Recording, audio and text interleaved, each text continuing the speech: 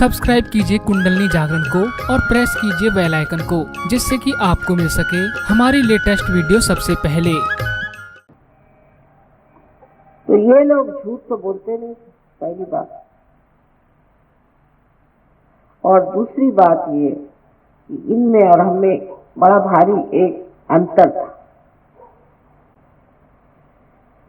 वो कभी कोई गलत काम नहीं करते, कभी भी। जो हर काम करते थे वो शुभ होता था और समाज के हित के लिए ही करते। तो इनमें ऐसी कौन सी शक्ति थी कि ये हम लोग को जैसे गलत काम नहीं करते थे? वो शक्ति थी आत्मा का प्रकाश। जब हमारे अंदर आत्मा का प्रकाश आ जाता है तो उस प्रकाश में हम देखते हैं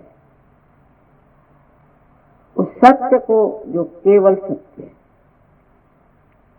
पर ये प्रकाश जो आता है वो हमारे नस नस में बहना चाहिए।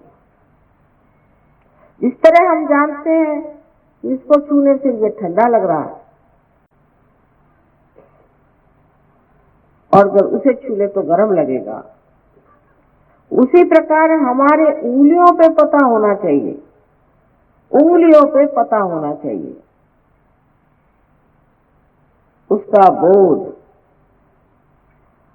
उसका विद, जिससे वेद शब्द बना है, उससे जिसके इंग्लिश में नॉलेज कहते हैं, नोइंग, ग्नोस्टिक कहते हैं। जब तक ये घटित नहीं होता है, जब तक हमारी वो स्थिति नहीं आती है, तब तक हम एक भ्रम के चक्कर में न जाने क्या क्या करते रहते। अब कोई साहब है, उनको बैठे बैठे भगवान का नाम ही रटते बैठे। कोई साहब है वो कुछ और करते बैठेंगे। उनसे पूछिए कि ये सब करके क्या आप पाप रहित हो गए? क्या आप कोई गलत काम नहीं करते? हर धर्म में जो आदमी है, चाहे वो ईसाई हो, मुसलमान हो, सिख हो, क्रिश्चियन, कोई भी धर्म का आदमी आप ले लीजिए, उस पर कोई बंधन नहीं। वो चाहे तो किसी गर्दन काट दे, चाहे तो किसी को डुबो दे, चाहे तो झूठ बोल बोल के लोगों को ठग ले, कुछ भी कर ले। उस पर कोई उसके ऊपर बंधन नहीं है किसी चीज का। हाँ ठीक है, मंदिरों में गए, मस्जिदों में गए, सब जगह गए, वहां तो भगवान को नमस्कार किया और फिर जैसे थे वैसे ही। तो क्या ये सब गलत बातें तो नहीं हुई? इन्होंने धर्म संसार में लाए, वो इसलिए लाए कि हमें संतुलन आ जाए और हम आत्म साक्षात्कार को प्राप्त करें। लेकिन जब हम देखते हैं दुनिया में, तो हमारे बच्चे अब कहने लग गए कि साहब ये कुछ नहीं, भगवान भगवान सब झूठ है, धर्म नहीं। और बहुत से साइंटिस्ट भी ऐसा, जब वो ऐसा कहते हैं तो ये कहना चाहिए कि ये साइंटिस्ट ही नहीं है, क्योंकि साइंटिस्ट आदमी को अपना दिमाग खुला रखना चाहिए और देखना चाहिए कि कोई बात है या नहीं। एकदम से ही आप कैसे मना कर रहे हैं? परमात्मा है और उनकी शक्ति चराचर में है। और जितने भी संत साधु संसार में हो गए, जो सद्गुरु थे, उन सब सद्गुरुओं का भी जो जीवन था वो बिल्कुल असल, नकली नहीं था। वो खालिस लोग थे, बिल्कुल शुद्ध लोग थे और उसी शुद्धता को आप भी प्राप्त कर सकते। यही शुद्धता आपको प्राप्त करने के लिए परमात्मा ने बड़ी सुंदर आपके अंदर बड़ी संजोकर व्यवस्था बनाई। इसी ज्ञान को हम सहज योग में आपको बताने वाले हैं, लेकिन बताने से नहीं होने वाला, ये घटना घटित होनी चाहिए। इसके बारे में हजारों वर्ष पहले मार्कंडेय मुनि ने लिखा था। उसके बाद नाथ पंथियों ने इस पर काफी काम किया था। उसके बाद और भी देशों में काम होता ही था साथ ही साथ। और आप देखिए कि राजा जनक के टाइम से लेकर के नानक साहब के टाइम तक ये काम होता रहा। मोहम्मद साहब ने भी कहा हुआ है कि जिस वक्त आपका क़ियामा का समय आएगा, पुनरुत्थान का समय आएगा, तो आपके हाथ बोलेंगे और आपके खिलाफ शहादत देंगे। साफ उन्होंने बता दिया। कोई धर्म ऐसा नहीं जिसने ये नहीं कहा कि तुम अपने आत्म साक्षात्कार को प्राप्त हो। लेकिन उस चीज को क्योंकि हमने किया नहीं, अब समझ लीजिए कि ये एक साधन है, जब इसका कनेक्शन मेन से नहीं हुआ तो ये बेकार है।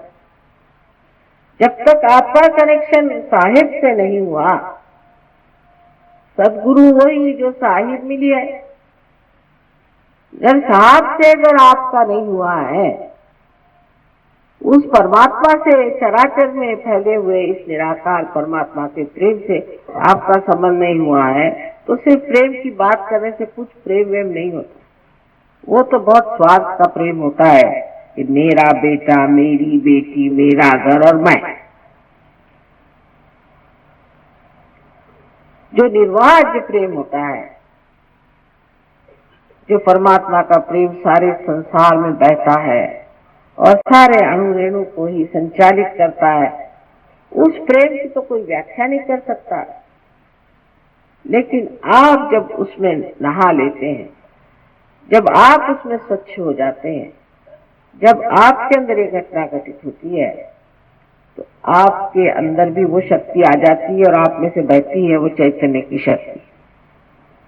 इसकी व्यवस्था की हुई है कि हमारे अंदर एक कुंडलिनी नाम की शक्ति। इसके बारे में 12वीं शताब्दी में महाराष्ट्र में ज्ञानेश्वर जी ने बहुत स्पष्ट रूप से ज्ञानेश्वरी में बताया। कृष्ण ने भी ये बात थोड़ा छिपा कर पर कही, बहुत साफ, हमारे लिए तो बहुत साफ, कि उन्होंने ये कहा शुरू में कि तुम स्थित प्रज्ञ हो जाओ। स्थित प्रज्ञ माने जहाँ बैठे हैं वहीं आपके अंदर प्रकाश आ जाए, प्रज्ञ, प्रकाशित ज्ञान आ जाए। तो अर्जुन ने पूछा कैसे? कहने ये तो ज्ञान, ज्ञान माने जानना, जानना माने बुद्धि से नहीं।